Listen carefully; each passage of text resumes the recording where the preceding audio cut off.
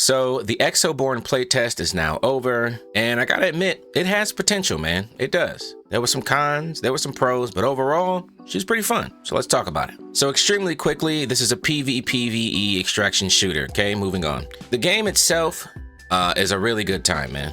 It's a third-person shooter, full open world, which that part is what I really liked the most about this game. Most extraction shooters that I've played have a giant-sized map broken into sections, like how Tarkov is or Arena Breakout, you know, like the farm, the valley, the this. But EXOBORNE is the whole map. It's not broken into any pieces. And there were actually 2 maps available that you could try. It was Maynard and Agnesville. I think I'm saying that right. And both of them, big maps. Graphically, she looked good. It wasn't something mind-blowing or crazy or nothing like that, but it doesn't fall in the like mobile graphic-y category. The graphics are solid. You know, they look good. The visual effects look pretty good outside of, I think the rain could use a little bit of tweaking. That seemed a little off. If you played, you might understand what I'm talking about, but something about the rain just seemed a little funny. But again, the gunplay, the combat, all that stuff was great. The movement, I love this. The movement is so nice. Having an extraction shooter that doesn't play as slow as fucking dirt was one of the greatest things ever. I'm not gonna lie, man. Being able to not just have like a good sprint, but like constant slides, the grapple hook to get height. Everybody has an option for verticality. It's not like, oh, the grapple hook is locked to this particular suit. It's like everybody has it, right? Everybody has the little parachute thing that you can open and control. And if like a good amount of wind come, you can just straight from the ground jump up, whoop, fly up. You know, there were updrafts everywhere, plenty of places to jump from. And when you're getting into fights, taking that split second to notice the height above you was like a game changer, bruh. Another thing I really liked is the way that the loadout system is streamlined and it's just so much more efficient. So if you take a look at this picture here, well, you see where your weapon is. If you click it, it will show you a list of weapons that you have that you can just equip or ones that you can buy. You can press T or whatever the button is for you to modify it. You modify it up, boom.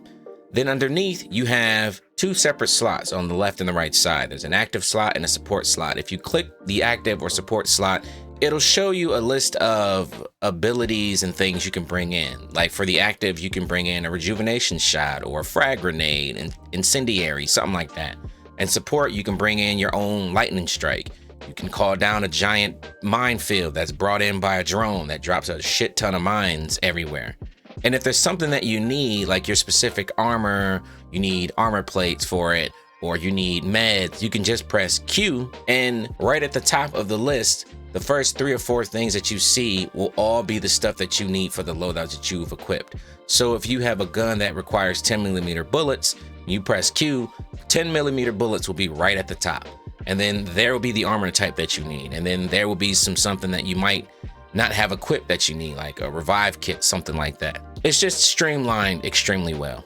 I was a big fan of that. The overall gameplay loop was really fun. I had a really good time just going in, doing my objectives, fighting the AI, fighting players, collecting that sweet, delicious loot, and getting out. My only gripe, and it will always be a gripe for me, is I just feel like these games need, I don't know, it's something about this whole like go in and collect 3 cans of food and 6 rubber band thing, just snore fest. I get like they're the missions to help acclimate you into the game itself, but at this point, people have been playing extraction games for quite some time. The genre has existed, bro. We got it. We know how to play it. You go through a tutorial.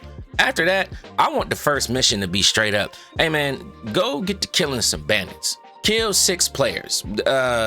Go plant this bomb on this thing to make it blow up or something like that. Like, I just want more interesting, and maybe further down the line, because like I said, I don't know. This was the playtest. Let me throw that out here again. I'm not saying that it doesn't exist. I'm just saying I'm hoping it exists. I'm hoping there are some cooler, deeper missions to go with this, because the game is fun, you know? And one of the coolest things about this game, outside of the movement and stuff, because like I said, the movement is going to be a big one for a lot of people. And outside of the fact that it's going to be free to play, which is also going to be a big thing for a lot of people. The weather is probably my favorite part about EXOBORNE, because this is the first time I've played a game where the weather has real effect. It's not just like, oh, it's a sandstorm and now it's foggy. You know what I'm saying? Or, oh, look, it's a tornado, but it don't do shit, Battlefield 2042. It's not that. When you see a tornado, you might want to get the fudge out of the way, bro. Like, you know, you might want to move. It will start as a regular tornadoes, because sometimes we've seen upwards of like 4 or 5 of them bad boys just everywhere. If they pass through like an area that has like a gas station or anything flammable, like flammable barrels or something like that, boom, that bad boy turns into a fire tornado. And it will do crazy burn damage. Believe you me, I watched my boy die like 3 times. It was hilarious. But yeah, the weather plays a real factor. Not only will it get rainy and mess with your visuals and all the foggy stuff, but like I said, you got the tornadoes to worry about. You have genuine lightning strikes to worry about. Like if you stand still for too long, you'll hear it like buzz, boof, right at your feet, and that shit do a bunch of damage. Like, it plays a real part in how these things play out. Now, I won't get into how the game plays, because again, this is a PvE extraction shooter. If you don't know how these play by now, what the fuck are you doing?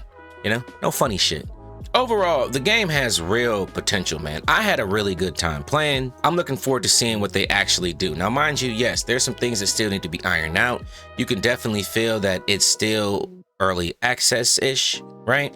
But they have a really, really good start on this game, man. Like I said, outside of the, you know, visual stuff that I felt was a little lackluster. Like I said, the rain was a little weird looking. Like it looks like rain from Ninja Gaiden, but like the original, like 96 type shit. I don't know what that is. But outside of that, really, let me throw this out here too, because if you play these type of PvE games, you know, they're not PvE, they're PvE VC, as in campers. Because this is a major issue, but this is a major issue across all extraction shooters. So I'm not trying to specifically put this on EXOBORNE. This genre, the camping of the extracts, it's extremely fucking annoying, bro. It's extremely annoying. Like a lot of our fights, though we did have fights, you know, at certain POIs or whatever, most of my fights took place at the extract. And that is super freaking annoying. Like, it defeats the purpose to be walking around shooting AI enemy the entire time. And by the time you finally have some fun player versus player engagement, it's just some douche nuts sitting in a tree, KISSING. You know what I'm saying? Just waiting on you. It's boring. Like, it gets boring. And I really feel like a way to circumvent that, and I don't know if this is possible, but I wish somebody would do this. And Des, if you make it this far in the video, or if you even see this video, please use this idea. No credit needed. You know what I'm saying? But a good way, I think, to circumvent this would be to stop having extraction points. I think you should be able to go on the map, do what you got to do, and when you're ready to extract, you actually have to bring in like a flare gun or something, or a marker that you have to throw out that smokes up and lets the actual helicopter or whatever know that you want to get out. And then it's the same thing, the countdown time. So that way you can extract from basically anywhere. Now, mind you, it shouldn't be as soon as you come on the map, you can just immediately pop and go. Like, there should be a limit. Like, you should have to be able to play like 5 to 7 minutes or so before you can extract, whatever. I don't know, something like that. But when you need to extract, let's say you're at a place where you had to go get some stuff. While you're there, you should be able to get on the roof, poof, shoot off a flare, and then wait it out. Because then you either have a better chance of actually getting the fuck out, or maybe that cues a bunch more AI enemies, or maybe there happen to be players around. It actually creates variation. Having these extraction points, 9 times out of 10, niggas are just gonna be sitting there waiting for you.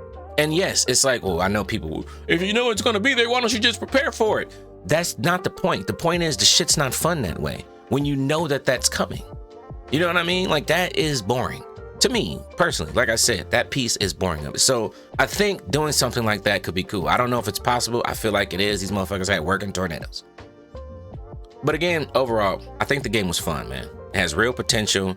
With some more polish, this is going to be dope. And then add on the fact that this is going to be on PC and console, so everybody's going to be able to experience this one, man. This is, shouts to Sharkmob, man. They did a good job. But that's it for me. I'm going to get the hell out of here. I've yapped way too long. My bad. I'll see y'all in the next video.